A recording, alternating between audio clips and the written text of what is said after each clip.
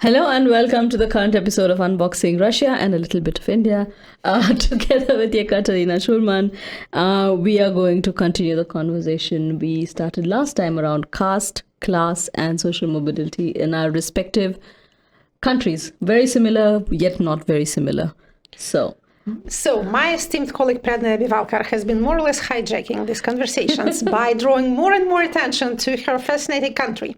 And the last episode is especially characteristic of this omnious tendency, because the subject we have touched upon is so enormous and at the same time so full of interest to our audience, and not just our audience, that as we promised in the end of the last episode, we are going to try and do the second part. So we'll look at it as a kind of diptych painting of two parts. Yes, last time we were talking about the caste system in India, and I was taking this priceless opportunity to ask all the stupid questions that were amassing in my head about what the caste system is. I have learned something. One of the more surprising revelations was the fact that the caste system as it now exists was more or less formalized and codified by the British, rather than growing through the slow course of centuries out of Indian soil. This is so typical. Whenever something is introduced to you as a tradition from time immemorial, as something that our fathers and forefathers have been doing again since the beginning of time, it's more or less likely that this is something invented by one of the European countries in the middle of the 19th century. So I think to just pile on to that, of course, the text that served as a framework for this codification existed, but it did not have that legal binding that came along with the British. So I think they kind of gave it a very different standing in terms of they legitimized recognition. it, yeah, if I understand it correctly. Yeah. So, besides being the second part of the two-episode sub-podcast called Caste and Class, this episode also concludes the season of spring and summer 2025. We are going to go on a short break and hopefully come back to you in the end of August to start with a new project. Yes, to start with a pilot episode in the new season 2025-2026, circumstances permitting, and if we're all alive and able to carry on this work. I see you're ready for a break because the cynicism is reaching new levels. So that's not cynicism. That's if being realistic. You know what? If you have been born in the Soviet Union in the latest years of its existence, you would not have believed in the 5 years plans either. So I no longer uphold the idea that you can plan for anything longer than... Fair enough. Yeah. Well, a week maybe is a period for rational planning, but this is due to my recent German experiences. If I were back at home, I would say 2 days enough for any person to plan upon. But given all the friendly circumstances that we rely upon, we are going to come back in the end of August and inaugurate a new season with a slightly novel structure, because we are planning to bring a little organization to our otherwise rather sprawling conversations. But we can give the teaser at the end. Yes, stay tuned for the end, but let's continue the conversation. In the end of this conversation, we are going to announce our plans for the end of August and for next season. Yes. For now, back to caste and class. Caste and class, social mobility or the lack thereof. We have ended with describing the similarities and the differences of the ways birth determines a person's position and future career in India and in Russia. I was talking about how Russians being more or less left without any territorial or religious or even sometimes national affiliations by the stormy 20th and 21st centuries of their history are more or less identifying themselves with their professions. How people, according to polls, are more likely to trust members of the same profession, given that the levels of trust, both interpersonal and institutional, in Russia are notoriously low. But what profession you go in is not, of course, absolutely determined by your parents' professions. However, there is a certain correlation. Members of intelligentsia are more likely to continue being members of intelligentsia. Nomenclatura, the ruling class, also more or less reproduces itself. Social mobility is, I would say, energized. The processes of social mobility is energized by political change, by openness, by less isolation than previously. This opens up many opportunities. However, Russia is still a country where personal relations matter rather than institutions. So people you know and people you don't know can determine what you may or may not achieve in life. And coming back to India, I still have a couple of silly questions. Sure. But this time related to social mobility or its absence. So, what is the correlation between caste and profession? To what extent is a person's inheritance and birth determine what profession and what position he or she will occupy in later life?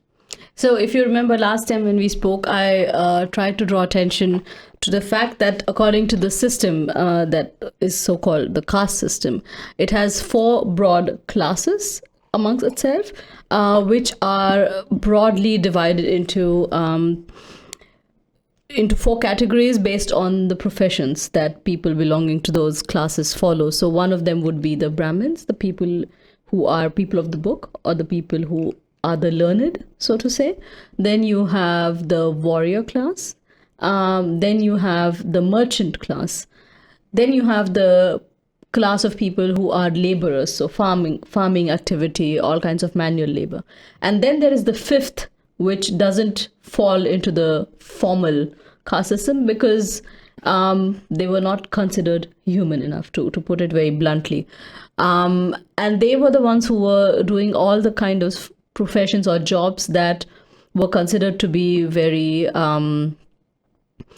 unrewarding and very disrespectful for human existence, including manual scavenging or working in a tannery. So I think those are the broad categories when it comes to the jobs that people chose to follow. Having said that, in today's India, like I mentioned the last time, we have a double-edged sword. On the one hand, we have the reservation system, which was introduced in India with the rationale of trying to help and assist people from the marginalized communities, especially from the lower castes, to have access, to have equitable access to education, to jobs in the public sector. When the system was introduced, the main thought behind it was you would allow the system to function for a few generations and then phase it out, with the ideal situation in mind that equality has been established. People who were downtrodden, marginalized for the longest time have had the chance to recover from generations of neglect and trauma and are at equal footing with the rest of the population. So this is the positive discrimination system introduced into legislation and planned to be temporary, right? Initially, yes. But when was it introduced? Right at the beginning, when India adopted the constitution. Of course, not immediately in 1950. I think there were multiple back and forths when people discussed different formats of what that could look like. And then it was introduced. Having said that, when politicians realized that having this kind of a reservation system serves a bigger purpose, because then you can use that mechanism to appease voters. You can tell people that, hey, your caste identity matters. So if you want your caste to prosper, why don't you vote for me? And I will go I'll go into the ring and fight for you. So you had people Do you have parties representing certain castes? That too, but we also have certain number of seats reserved in terms of the allocation in the parliament to groups that are called scheduled castes and tribes. So they are actually recognized in the Constitution of India. They have a status which allows them to claim certain benefits. And these are the marginalized groups, as you said? They are also indigenous communities living. So you don't have a Brahmin fraction in the parliament? No. But you have a party or you parties... don't have a formalized Brahmin fraction, let's put it that way. Because, of course, a sizable number of the ruling class would still come from the upper castes. So without actually formally aiming at it, it was a given that they would definitely be a part of the conversation. What had to be ensured was that people from the lower castes also have a seat at the table. So that was the reservation system. Now we have reached a point, we are 78 years into independence, 75 years of adopting the constitution since 1950. Now we have reached a point where even within the scheduled castes and tribes, which are the lower castes, there is a creamy layer that has kind of come up. So these are people who have somehow figured out the ropes of the trade. So they have been benefiting from all kinds of positive discrimination efforts for over 2 or 3 generations, if not more. So now they are the elite within the class structure that they come from. Because they know how to use the system for their own advantage. Exactly. And now, having said that, there are members of the upper caste, and this is, again, I'm trying to maintain a sense of objectivity, but I think beyond a point you really can't maintain that because you are part of the system. So I think there are a lot of people who are trying to say that, if you want to have reservations, then the criteria for having reservations should be different, and they should be primarily dependent on financial ability to provide for a family, because just being alive in India in today's day and time is expensive, because you are kind of fending for yourself all along. Public schools are there, but not really in terms of quality. So you have to make sure you have enough money to put your child through the schooling system. Then you have to provide for education. You have housing. You have everything, and all of it is going out of your pocket. So the state is not really providing for. Do you have pension system in India? Not as efficient as one would hope to be, and it's definitely not uniform. So is it dependent on the region? Not necessarily. I think you pay into the account, into the pension fund, but the criteria vary. And to be fair, I have not really worked in India since, I don't think I've ever worked in India. So I would be the wrong person to express my... But you have relatives. Yeah, but that's not the kind of topics that you want to talk about, because in their eyes, since you live out of India, you have it better, which may or may not be the right way of looking at it, but that's not a conversation you have with people. But going back to the caste conversation, I think people want this reservation system to be reformed, and there is a lot of resistance to that because of caste affiliations and because of class identities and caste identities. So what we call in the Indian context is identity politics, and this entire identity is constructed on almost, I think, all kinds of factors that we have addressed in this season. So ranging from language, caste, religion, region, and I think that would be the big 4, and demography, of course. So people Muslims don't want that to change. Castes too, right?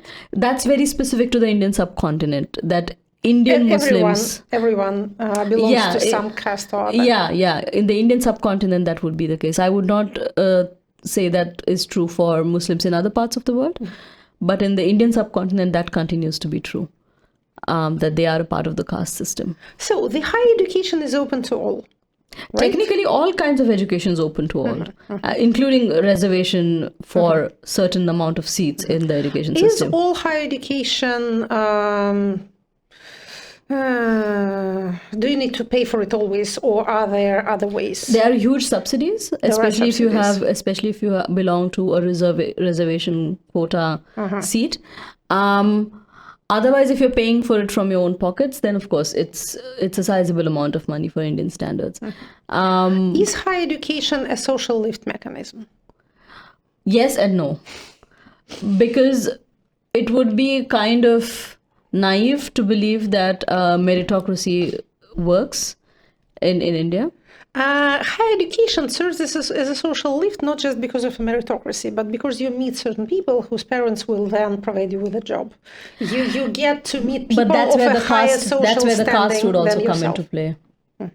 The caste would come into play, the region would come into play, religion definitely would come into play.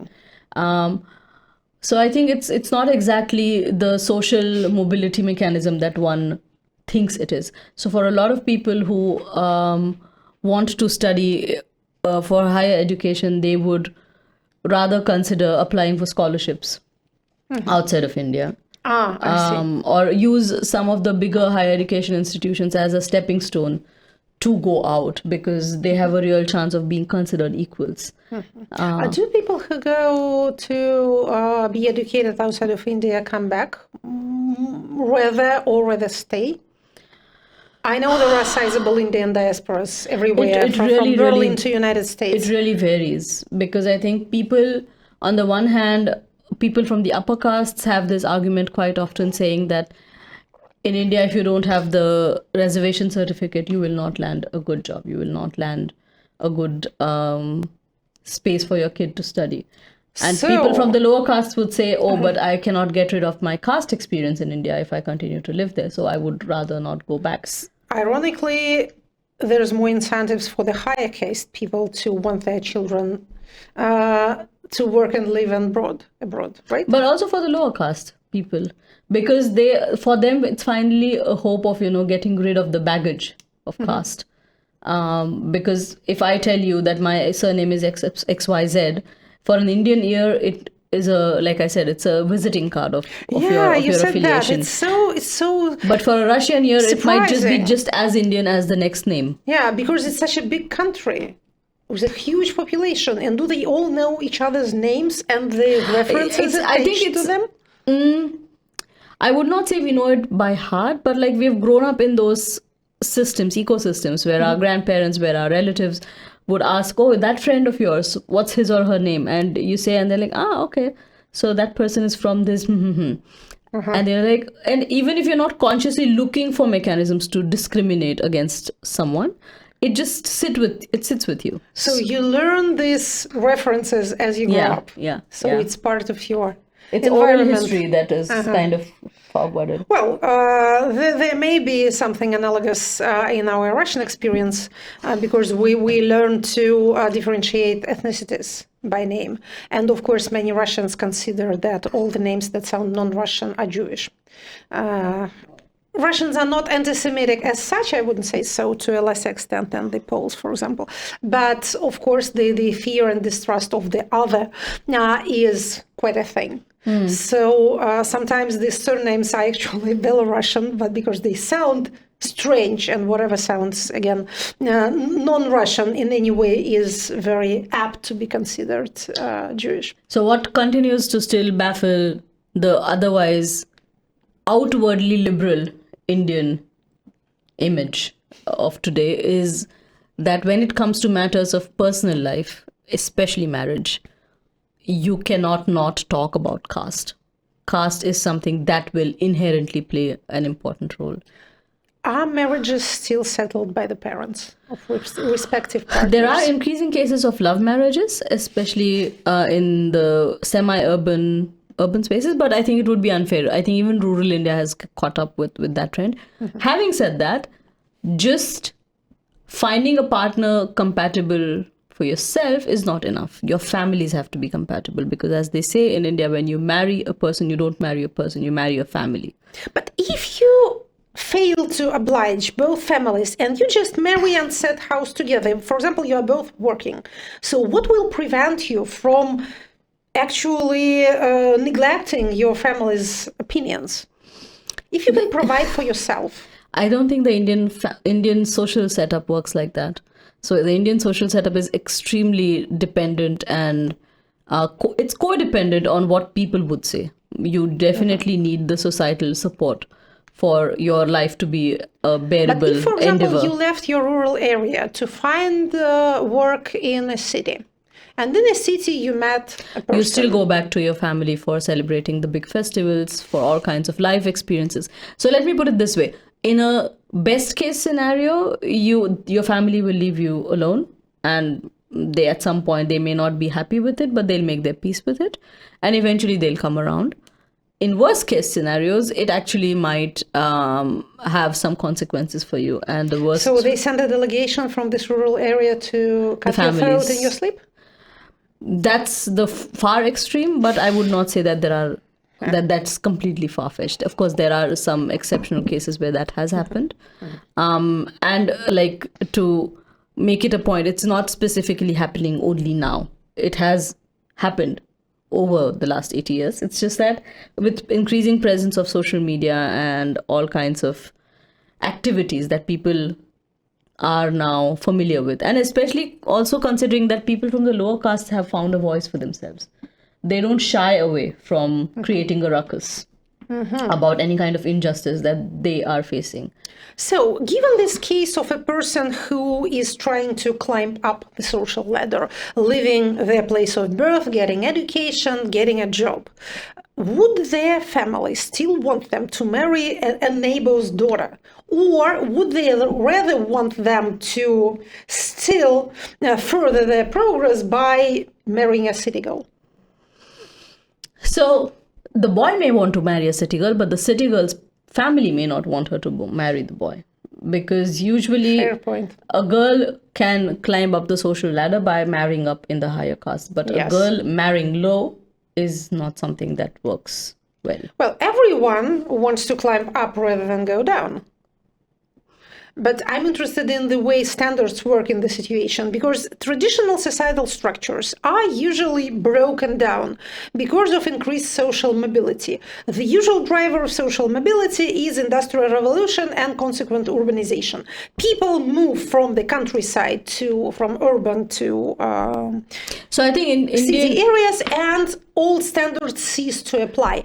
To put it bluntly, why should you care for the opinion of a family that is much poorer than you have become in your new life in the city? This is how it happened in Russia during the 19th century, when more and more people were moving from being peasants to being industrial workers, so their family standards could no longer apply to their so new let me put lifestyle. it this way, at the risk of generalizing far too much, We I have think to. the social mobility construct in India, you could simplify it or oversimplify it in two ways.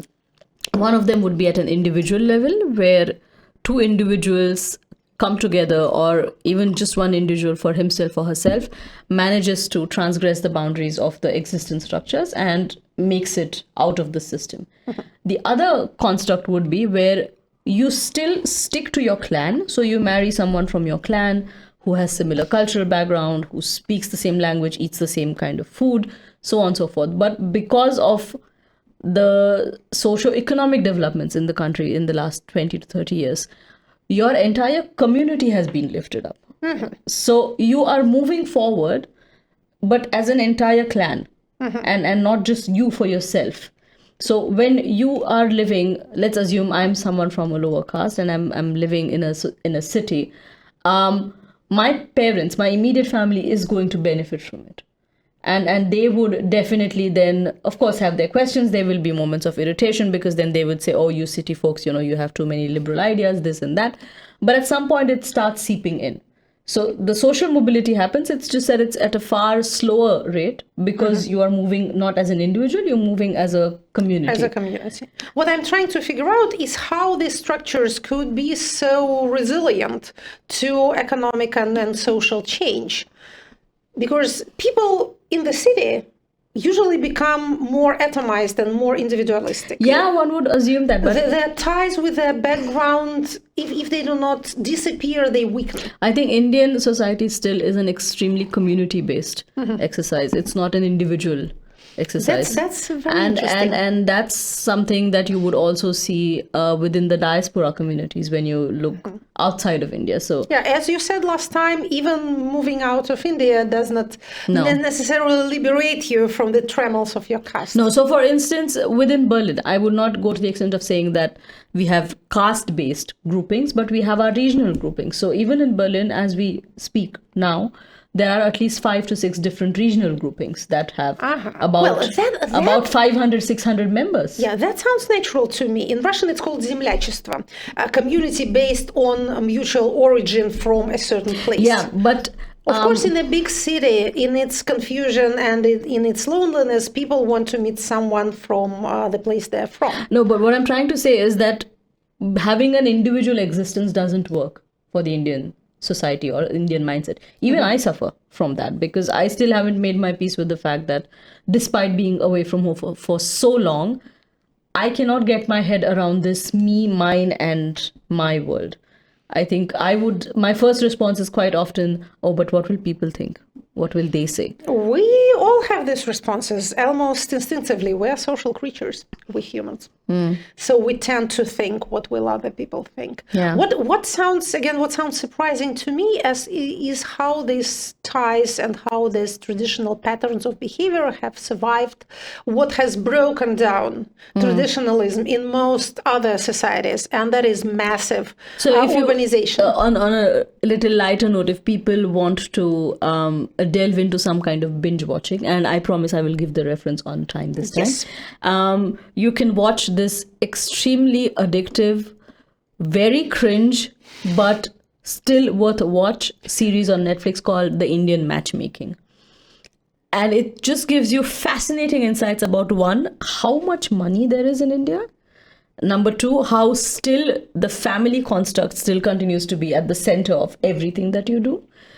And number three, that despite having a modernist outlook, liberal mindset, everything that goes along with it, when it comes to things around your personal life, the family still has a big say in what you do or what you don't do. So it's worthy of a binge watch. My own knowledge of the way it works in India is drawn almost single-handedly from the Big Bang Theory series. Is it true to life? Largely. Of course, it's stereotypical or it's I haven't cliched. seen it all because according to American the fact tradition, that Raj is sitting in the US and his parents Yes. are in India and they're trying to find a match for him, I think that would be the story of about 50 to 60% of Indians living abroad, if not more. His sister is having all kinds of romantic adventures with Americans, with the full knowledge that she'll have to marry an Indian boy, to settle down, and marry a proper Indian boy. And will the proper Indian bridegroom not bring it up against her, this history of her premarital relations? It's like you don't talk about things you don't want to talk about. So it's like, you know, they know that they don't ask, don't tell. Kind of. So you know that they know that you know, but that kind of a situation.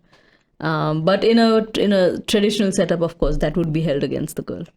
The boy can have his moments. He can sow his wild oats. Of course. I love the expression. Yeah, I hate it, but one meets it so often. Yeah. But going back to the Russian conversation, do you think that the class affiliation, because now technically the class affiliation should not be playing an important role as it used to, does it still play as much an important role when it comes to marital alliance or finding a partner who you can take home to your parents with a good conscience and they will be happy about your choice? Does it play an important role? Is there an urban-rural divide? As I tried to explain during our previous conversation, the history of Russia has been so stormy for the last 150 years that people are left more or less without any roots.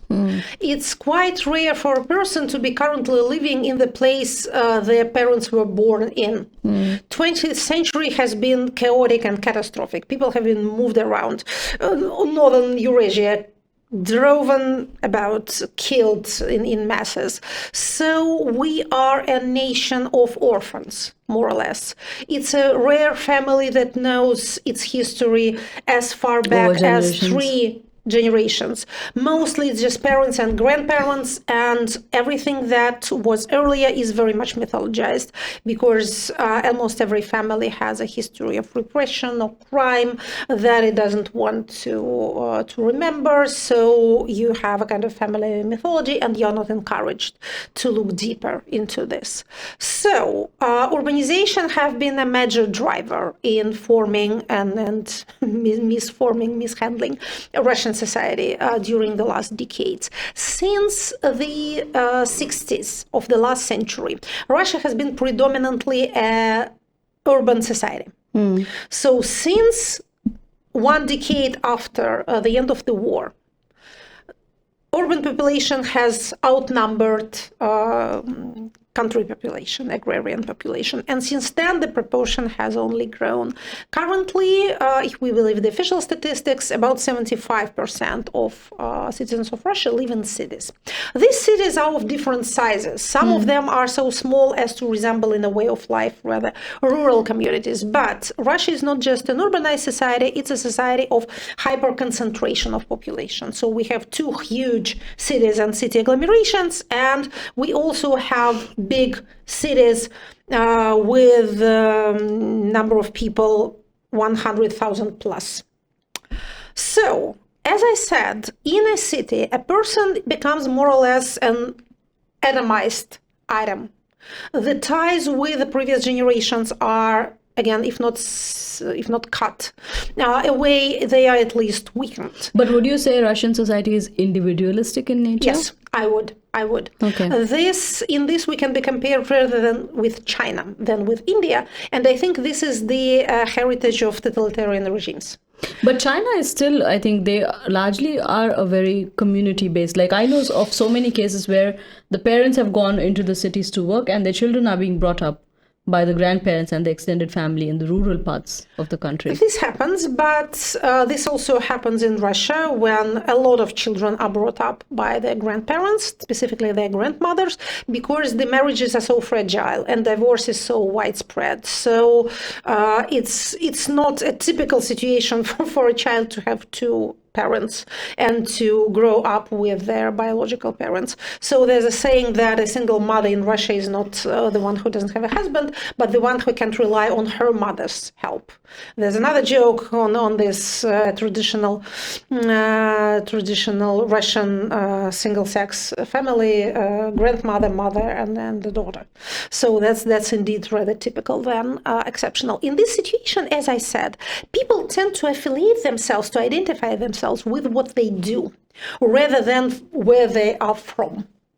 So, to bring home a girl or a boy to make your family happy is to bring somebody of comparable educational and professional background, rather. So when we Russians speak of a good girl or a good boy, we all mean somebody who has been educated like ourselves. Like religion would not matter? 80+% of Russian population identifies as Russian Orthodox. But what if you which means very different things in different cases. The number of people who are truly religiously affiliated, in the sense that they go to church regularly, they keep fasts, or they perform any other religious ceremonies other than christenings and marriages and burials, is approximately from 7 to 10%. We don't have absolutely reliable statistics in this respect, but we do have certain numbers. So, yes, if you bring into a family a person of absolutely different, say from a Muslim family, this will raise eyebrows. Or Hindu. We don't have many Hindus. No, in if it's how is it if, for instance, if it's a non-Russian person? These 80+ Russian Orthodox respondents are really Russians, because saying I am Pravoslavny, I'm an Orthodox, is sort of a politer way of identifying ethnically. As ethnic Russian. We still have a sort of awkwardness in saying I'm Russian, despite all the propaganda. But I'm Orthodox, that's a milder way of putting it. As I said, Russian society as a society is not religious. Church has no influence otherwise than administrative influence. It is influential insofar as it is supported by the political power, by the administrative authorities. So if you don't adhere to any specific religion at all, that wouldn't matter much unless you happen to meet a person from a very religious family. But if you are non-Russian and you are not, for example, Jewish, as I said, Russians are not anti-Semitic, and Jews are seen as better educated and higher achieving. That is not always realistic, but there's a myth of this kind. So I don't think that an average Russian family would actually object to a Jewish member. But Muslim-Russian relations are complicated, both because of the migration problem and also because of the idea that these Muslims, they all keep together, they defend their own, and they live by their own rules. There's a separate subchapter in all this, and these are the Chechens. The Chechen brand of Islam is a whole different subject, but they are generally feared. So this would, again, if you bring a Chechen boy to a family, this would create consternation. Not because you are supposed to be marrying into a lower caste, but because his brothers will come and kill us all. Something That's of this a prejudice. kind. Yes, it is. As all prejudices and superstitions of this kind, it's not baseless. It is a separate community, and it is a special subject of the Russian Federation, living according to its own rules. But generally speaking, I think what matters most is, well, again, all Russians are crazy about real estate. So the first question, the question of questions, is where will you live? So a bride or a groom with an apartment of their own will be welcome, I think, more or less everywhere. Russian society is not just rootless, it is still very poor.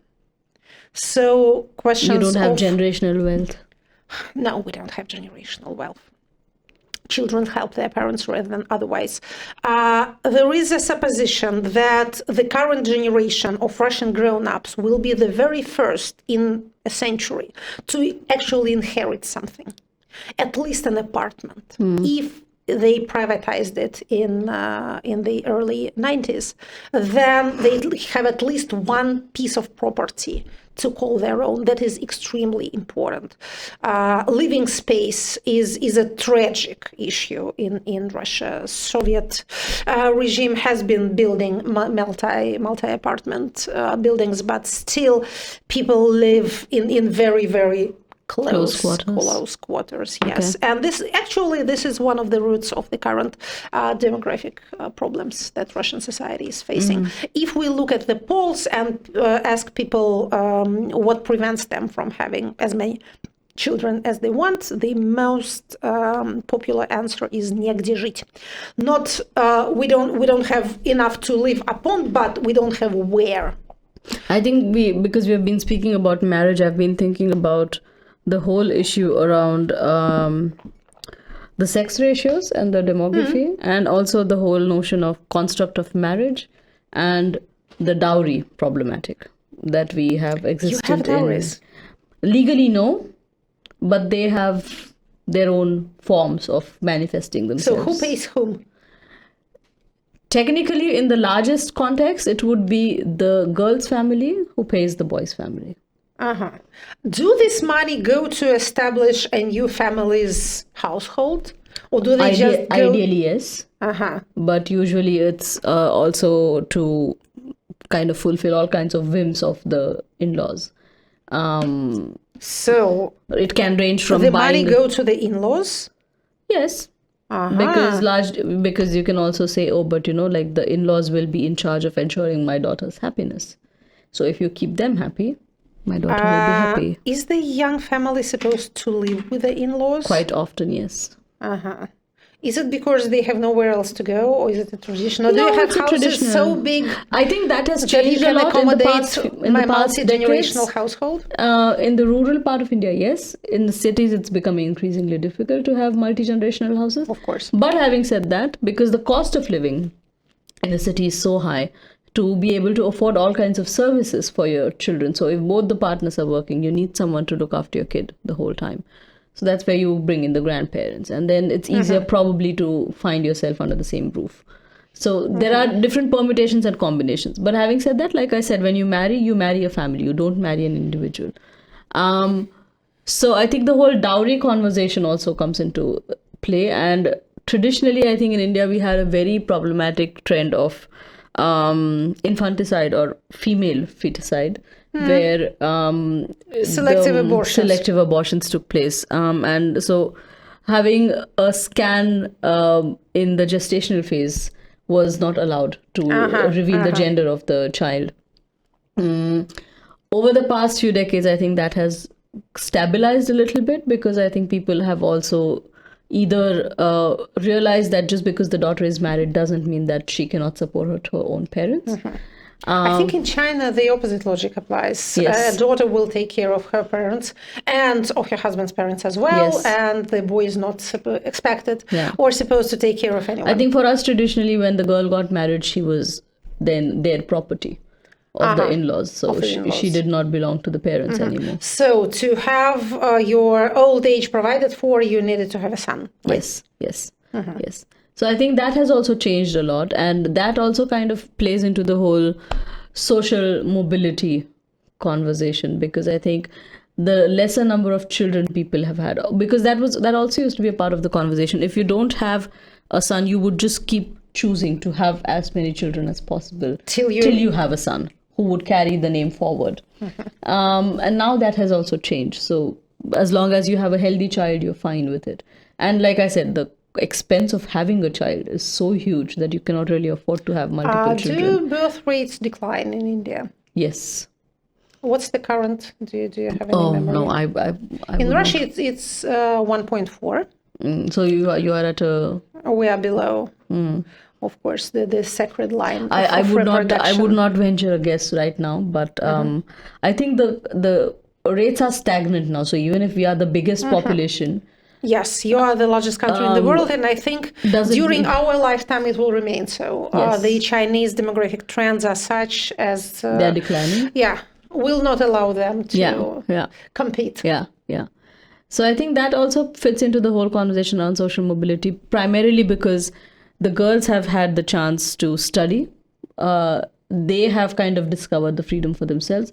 What has not happened at the same pace is that men acknowledging that women have a space and a mind of themselves. That's an awkward phase in the societal development when things have already changed, but people have not yet wrapped their hands around it. It's 50% of the population, to put it like very bluntly, who has not acknowledged that difference, and the other 50% I'm sure men are different. No, I'm just as saying. Well as elsewhere. I'm just saying, like to generalize, because that's what we're doing here in such a huge country. Yes. We cannot really take care of the exceptions.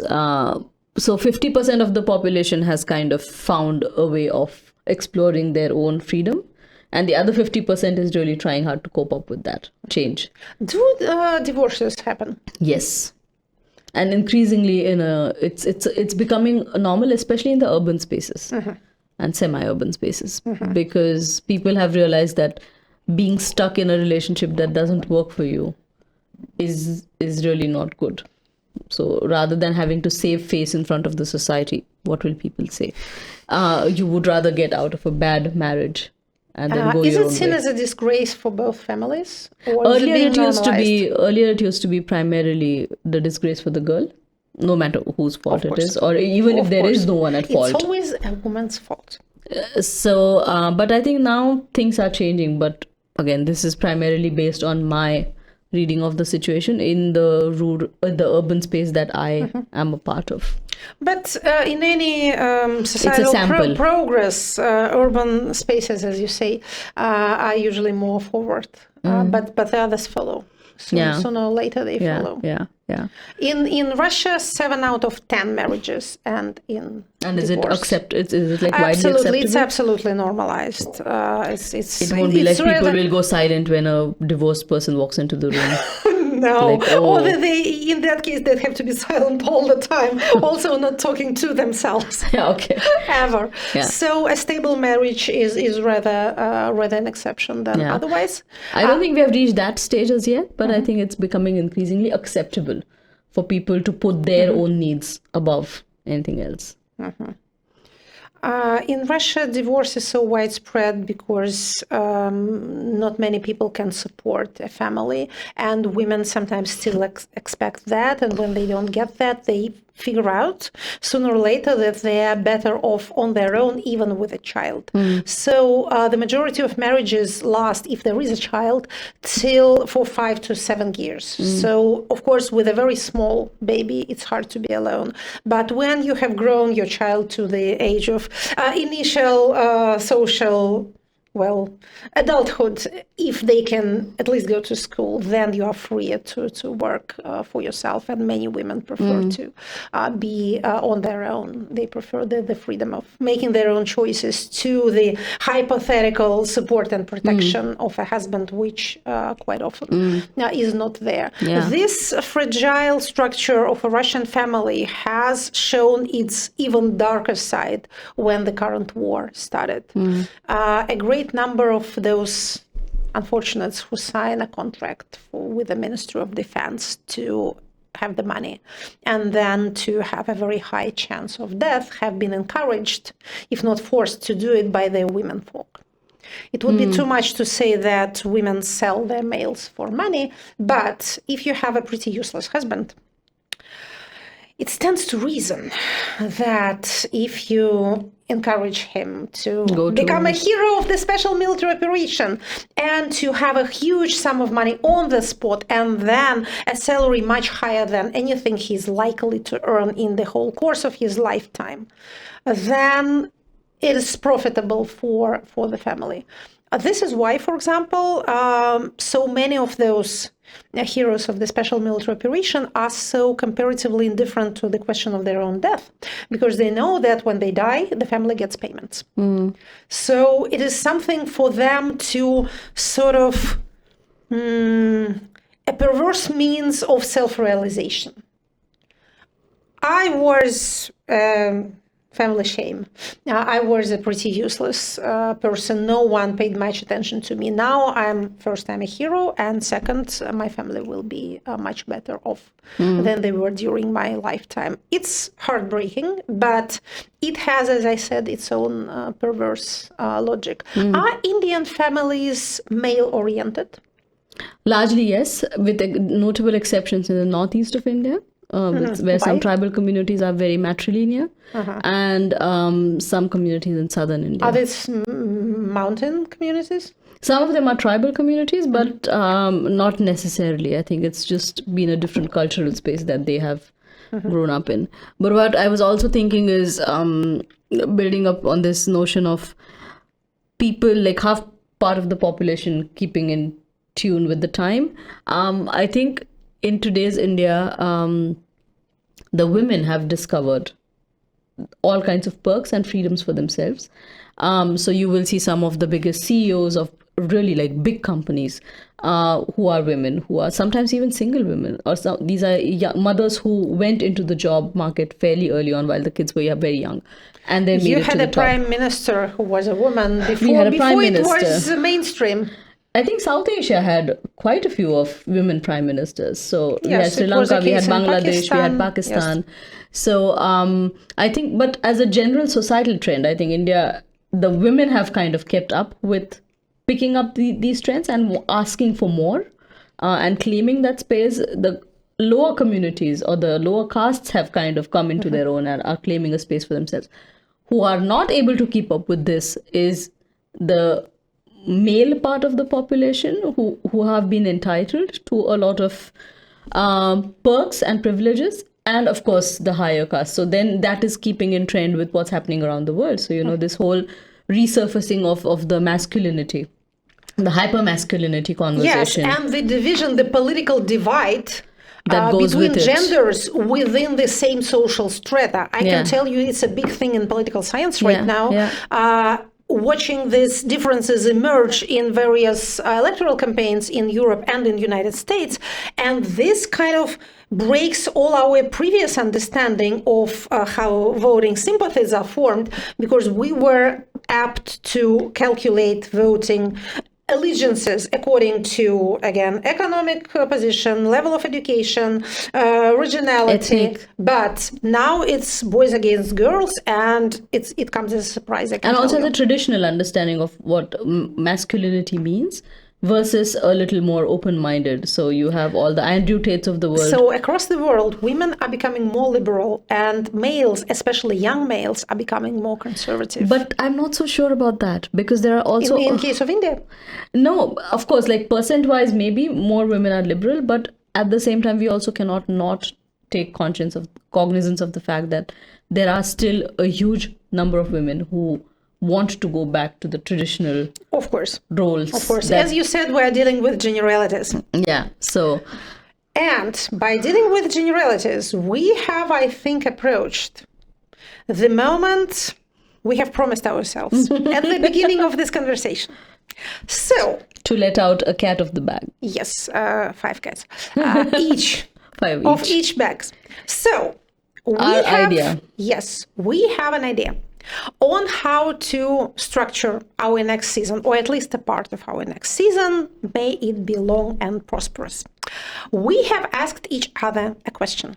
What 5 people, in your estimation, Have defined... have defined our respective countries? So I was asked this question about India, and I asked Pradnya the same question about Russia. So what we have come up with, we tried to keep it impromptu so that our respective ignorance will be more demonstrative. It was a question that puzzled me. Let me so begin. the history of modern India and modern Russia. Yes, our countries as they are today. So I kept thinking, Of frantically. five Indian people. frantically trying to bring up 5 top Indian people that, again, define India as it is now. So what I actually came up with was, surprisingly or not so surprisingly, 3 members of the same family: Mahatma Gandhi, Jawaharlal Nehru, and Indira Gandhi, Mahatma Gandhi is not of the same family, but but related. 3. These were my 3 people. Then I could not avoid mentioning the current Prime Minister. Prime Minister, Mr. Modi. And then also a name that is, I suspect it may be even more familiar to Russians and to post-Soviet people than to Indians. But for us, the Indian man of letters is Rabindranath Tagore. So these were my 5 people, from the top of my head, as the expression is. So who were your 5 Russians? Mine were Lenin, Stalin, Gorbachev, Yeltsin, and for a lack of option, Mr. Putin. So we have 5 political leaders of the 20th century, not one man of science or a space traveler or a writer. You know, we as a nation very much define ourselves around our literature. Political. Yeah, okay. Literature. Our writers are our national saints. So again, your list is understandable. It is From the outside. From the outside, it is a bit sad for me to hear this. It's also sad for me. Yeah, none of them are nice people, really, maybe with the exception of Gorbachev and partially Yeltsin, although he had his sins. But at least 3 out of 5 are absolutely cannibals, which one wouldn't want to define any country, least of all one's own. So how does my list look to you? Oh, I was quite surprised. I think 3 were predictable, or 4 were predictable. The 5th one, Mr. Tagore, sure. But I think I would have probably expected someone on the lines of the conversations that we've had around caste and class. So that would have been the architect of the modern Indian constitution, which was Dr. Babasaheb Ambedkar, who himself came from a lower caste. and went on to write one of the most progressive legal documents in the last century that defines today's India. So, so those were the 5 people that we came up with around from our respective other partner country.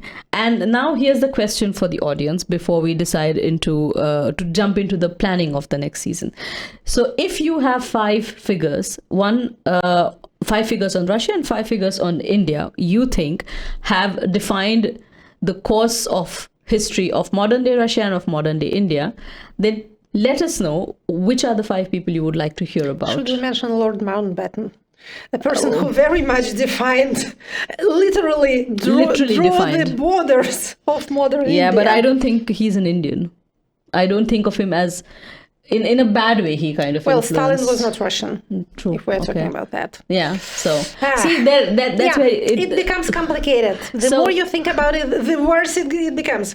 So, do your homework. Let us know about the 5 names you would want us to talk about in the next season. So 5 Indian figures and 5 Russian figures, and then we'll try to structure the episodes around that, giving it a little more structure. Always going with the events of the day as they may happen. But framing it in that context. Things will happen. Just look at this season that is now ending. What have we been witnesses to? What things were happening in Russia? I actually make a list today. Yeah. About the things that we have covered in the past season. So we started with demography, we had conspiracy theories, we had all kinds of diversity, so religion, region, caste, language. Then we had an almost nuclear conflict, or okay, that's a little too sensational, but we had a conflict between 2 India nuclear countries that almost became kinetic. So we have covered a lot of ground, but that was not because of our own doing, but because of things that were happening around. Yes, we will, of course, never abandon looking at things that are happening and commenting on them. But since this podcast is educational in nature, and we want our audience to know more about Russia and about India when they ever knew before. So when we figure out our list of 5 defining people, and no woman in either. In the Indian context, Indira Gandhi. There is Indira Gandhi, yes, but no woman on the Russian list. So, I almost said Anna Karenina, but she's a fictional person. But for many Russians, she's more real than many historical figures. As I said, we define ourselves according around our great literary names and novels and other texts. Yes. So when we finalize these 2 lists, we are going to talk about these people one head at a time in order to try to understand ourselves and to make our audience understand how modern Russia and modern India became the way they are. It's a hot mess. It is a huge, hot mess. Never a dull moment. But it's exciting, never a dull moment. It is. So thank you ever so much for your attention, for your kind and enlightened comments. Please like and subscribe. Is that the proper thing to say? Yes. Okay. And tell your friends about us. That's what we are hoping for. And expect us back in the very end of August. And have the best rest of the summer imaginable. Yes. See you soon. Thank you.